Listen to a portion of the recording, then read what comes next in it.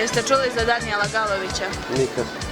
I ne daj Bože, ne želim političare, ni jednog ne volim. Politika je za mene sve do prije par godina bilo špansko selo. Dakle, kakva politika, ko se bavi s politikom?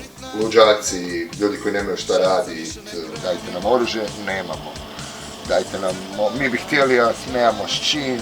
Pa da oslobodimo svoju zemlju. Oni su jednako zlo kao i ovi ostali. Prodali su nas, popljačkali su nas, stvorili su roblje od ljudi i to je to. Ja osobno ne priznajem nikakve ideologije, ja sam ljeviji od ljevih i desniji od desnih. Nema ideologije ovdje. Kako ideologija? Idemo u pobjedu.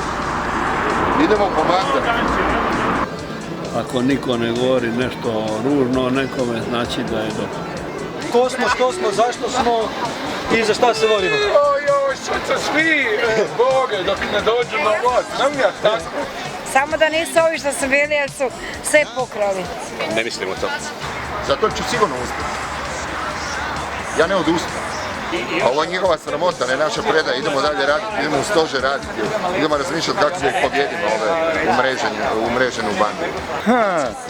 Sve lijepo, ali ništa toga. Pošto mrtvaci glasaju, mi se samo nadamo pobjedi u toj izbornoj jedinici. Uhljebi točno znaju ko su uhljebi. Skroz gola. Ne. Sisi. To je to. To je ono što narod zanima. Jesam ja feministica. I veli on meni, reci mi kako se vara u Apisu. Apis je ćevapđenica. D-O-O. Razumiješ? Koja kontrolira naše glasove. Ali svakako očekujem i koji mandat. Lažire! Nema vezi zdravo kamenje, narod majstor.